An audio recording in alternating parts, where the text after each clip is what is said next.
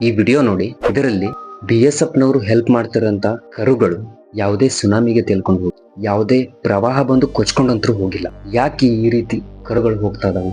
ಇದನ್ನ ಯಾಕೆ ಹೆಲ್ಪ್ ಮಾಡ್ತಾ ಇದಾರೆ? ಗೋ ಮಾತೆಯನ್ನ ಪೂಜೆ ಮಾಡುವಂತ ಭಾರತ ದೇಶದಲ್ಲಿ ಗೋ ಸಾಗಾಣಿಕೆ ಅತಿ ಹೆಚ್ಚಾಗಿ ನಡೀತಾ ಇದೆ. ಅದಕ್ಕೆ ಬೆಸ್ಟ್ ಎಕ್ಸಾಂಪಲ್ ಇದೊಂದು ವಿಡಿಯೋ. ನಮ್ಮ ವೆಸ್ಟ್ ಬೆಂಗಾಲ್ನಿಂದ ಬಾಂಗ್ಲಾದೇಶಕ್ಕೆ ನದಿಯ ಮೂಲಕ ಸ್ಮಗ್ಲಿಂಗ್ ಆಗ್ತಾ ಇರೋ ಕರುಗಳಿವು.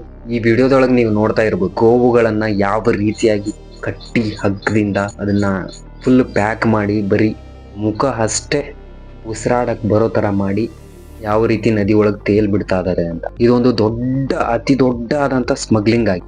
ಇದು ಯಾವ ರೀಸನ್ಗೆ ಆಗ್ತಾ ಇದೆ ಅನ್ನೋದನ್ನ ನಿಮಗೆ ತಿಳಿದೇ ಇದೆ. ಯಾಕಂದ್ರೆ India is second largest export in beef. ನಿಮಗೆ ತಿಳಿದೇ ಇದೆ. ಲೀಗಲಿ ಬೀಫ್ ಅಂತಂದ್ರೆ ಖಾರ ಬೀಫ್ ಅಂತ, ಅಂದ್ರೆ ಎಮ್ಮೆ ಮಾಂಸ. ಅದನ್ನ ಬಿಟ್ಟು ಬೇರೆ ಯಾವುದೇ ಮಾಂಸವನ್ನ ಕರುವುದಾಗಿ ಬೇರೆ ಯಾವುದೇ ಮಾಂಸಗಳನ್ನ ಕಳಿಸುವುದು ಇಲ್ಲಿಗಲ್ ಆಗಿದೆ. ಇದು ಇದೇ ರೀತಿ ಎಕ್ಸ್ಪೋರ್ಟ್ ಆಗ್ತಿದೆ ಅನ್ನೋದು ತಪ್ಪು. ಒಂದೇ ತರಹದಲ್ಲಿ ಎಕ್ಸ್ಪೋರ್ಟ್ ಆಗ್ತಿಲ್ಲ, ಇನ್ನು ಬೇರೆ ಬೇರೆ ತರ ಎಕ್ಸ್ಪೋರ್ಟ್ ಆಗ್ತಿದೆ. ಇದರಲ್ಲಿ ನಾವು ಗಮನಿಸಬೇಕಾಗಿರೋದೇನಂದ್ರೆ, ಅವರು ತೇಲಿ ಬಿಡುವಂತಹ ನದಿ ಗಂಗಾ ನದಿ, ಪವಿತ್ರ ನದಿ ಅಂತ ಪೂಜೆ ಮಾಡುವ ನದಿಯಲ್ಲೇ ಇವರು ಸ್ಮಗ್ಲಿಂಗ್ ಅನ್ನ ಮಾಡ್ತಾ ಇದ್ದಾರೆ. ಮನುಷ್ಯ ದುಡ್ಡಿಗೋಸ್ಕರ ಏನೇನೆಲ್ಲ ಮಾಡ್ತಾನೆ ಅನ್ನೋದಕ್ಕೆ ಇದು ಒಂದೇ ಸಾಕ್ಷಿ ಅಲ್ಲ. ಇದೇ ರೀತಿ ಬಹಳಷ್ಟು ಸಾಕ್ಷಿಗಳಿದ್ದಾವೆ.